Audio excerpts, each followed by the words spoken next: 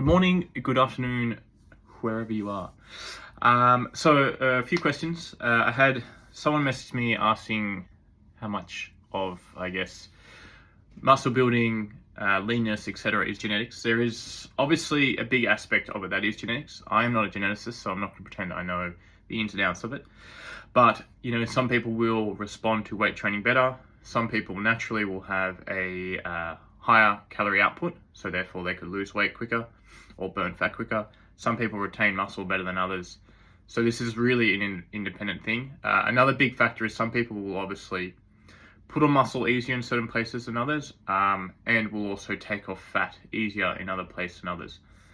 So really, this is my opinion at least, when it comes down to people talking about like cortisol and having excess cortisol with fat around your stomach, that's not something I personally believe in. I am more along the lines of different people pull fat from different areas during their calorie deficit, and depending how long they're in a calorie deficit for will depend on where the body starts pulling fat from. So say for example, if you find it really hard losing fat around your midsection, but you lose it easier around your arms or your thighs, you just have to go into and be in a calorie deficit, if I can talk properly, for more consistent and for a longer amount of time, or coming in and out of it, going to your maintenance calories, coming back into a calorie deficit, maintenance calories, back into your calorie deficit, depending on your programming, for a longer period. Just purely because over time your body's going to have to pull fat from somewhere, and if that's the last place where it pulls fat from for you, unfortunately, depending on your goals, then you're just going to have to diet for longer, or do more diet phases for a longer period of time. Another question I had was my supplements. So I probably only really have two supplements that I would highly recommend. Again, I'm not a dietitian. This is just kind of based on what I am aware of and what I do personally. So just your cheapest form of creatine monohydrate. I'm really not doing well with talking today. Don't have to get anything fancy. This is the one I use personally. It was just a really cheap one I found on iHerb called NutriCross Performance. I don't load. Some people may not respond to creatine as well, especially if you're eating a lot of red meat as it is, but I don't, because I travel a lot, so I just don't really have access to consistent nutrition. So that is something that I try to take with me as much as I can. A bit obsessive maybe. Another one you can buy anywhere is just a general multivitamin. This is one I got in Australia from Synovus Men's Multi-Performance. I don't have any recommendations for a particular one. It's purely, again, because my nutrition always isn't the best. It is something that I just feel can help kind of fill in the gaps, as you might say. A few other things I take, but I don't think are necessarily important. Fish oil, if you're eating a lot of fish, eggs, or omega-3 foods, totally fine. In my opinion, you don't need it, but I take it just to be safe again, because my nutrition is always quite different depending where I am.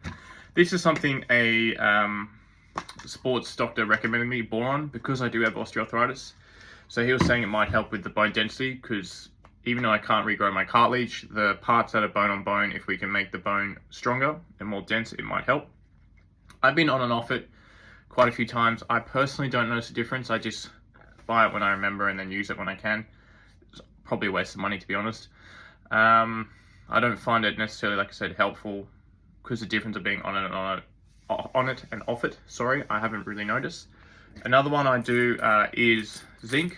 So you can probably easily get enough this through nutrition / a multivitamin.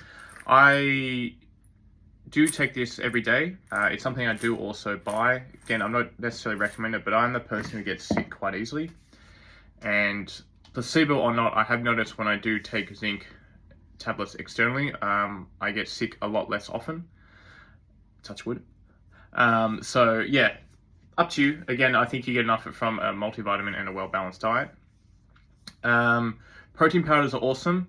They're not necessarily needed. Again, if you're getting enough lean sources of protein through nutrition, I don't think it's needed, but for some people who might have cravings, getting like a lower calorie flavored protein powder to something you might crave, such as chocolate or vanilla, might be really, really helpful.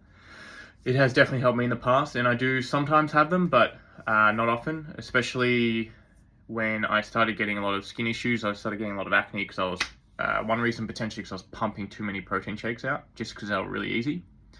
But totally up to you, you know, whatever floats your boat, as they say. That's kind of all my supplements at the moment. Anything that was specific for osteoarthritis, like I said in a previous video, honestly, I haven't really found it to be helpful. This is my personal case, an N of 1. The only thing I have found really helpful was finding a good allied health practitioner. So for me, finding a good physiotherapist, or therapists, plural. Getting stronger.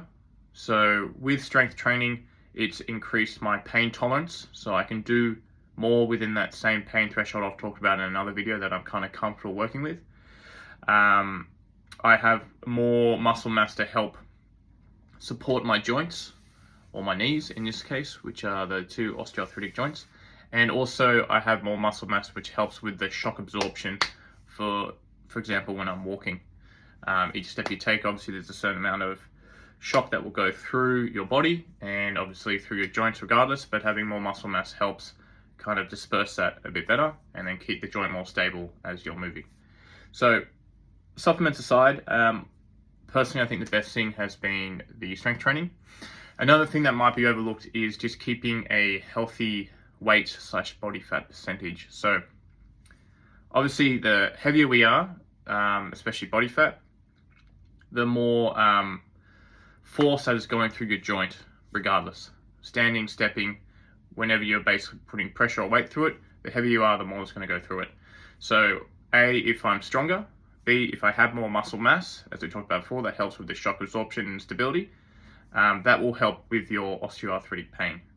So trying to maintain a healthy body fat percentage especially, and a body weight might be something also to look at. So for someone who might be suffering osteoarthritis and also at a higher body fat percentage, trying to figure out a nutrition protocol for yourself or with a dietitian, for example, might be very helpful. And outside of that, other modalities such as, you know, as much as you can, I know sometimes there's pain and that disturbs sleep, but trying to get good quality sleep as best you can. Figuring out ways to manage pain. So, you know, ice therapy is one of them, heat therapy is one of them. Obviously you can use them both together, try and help promote blood flow. For me, for a period of time, what I was doing quite a lot of was ice baths. So, you know, it's only necessarily a temporary pain reduction, but at the end of the day, a temporary pain reduction for an amount of time does help. I think also from a stress point of view, you know, to not always constantly be in pain and have, even if it's like an hour or 2 hours, a period of a day where you're actually a bit more relaxed, in the long run can really help, especially if you can kind of tie that around with your strength training to try and improve your strength. So I know doing cold exposure after strength training isn't beneficial for putting on the most muscle mass possible, but if it's someone who's suffering with pain and they need to do a certain amount of training or certain exercises that they're recommended by their allied health professional to get out of pain, it could be a good thing to think about in the short term, trying to mix your resistance training with hot or cold exposure. Again, just to kind of minimize pain so you can do what you need to do, but not necessarily get the crazy bad effects after it. Though all in all, it's really important you do this with, like I said, an allied health professional, someone that can guide you, who has the knowledge and the research and the practice behind them. And that is enough shit talking for me today. So I hope this helps. Again, I really appreciate the comments I get on any platform about, you know, recommendations for videos or what you guys want to know. So again, from a supplement point of view, if you're really into your training and kind of aesthetics, recovery and strength, I think just a really cheap brand of creatine monohydrate I would recommend. Mix some water or whatever tickles your fancy. If you're kind of worried about your overall nutrition and you want to fill in the gaps, you know, a general multivitamin's great. Maybe if you don't eat a lot of foods and omega-3s, you know, fish, eggs, avocado, nuts and seeds. Fish oil is always helpful. For me, I found I was always getting sick. This is something I do personally. I don't recommend to people, but having a bit of extra zinc as well can always be helpful. And for those who do have bone-on-bone issues, this was recommended to me. Again, N of 1. I don't think it made a huge difference, but for you, it might, so could be worth a try. So I just bought this from Now Foods, Boron 3 milligrams. I have 2 of those a day. Again, I haven't really noticed a difference having been on it and having been off it for considerable amounts of times with each one, but for you, it might also help.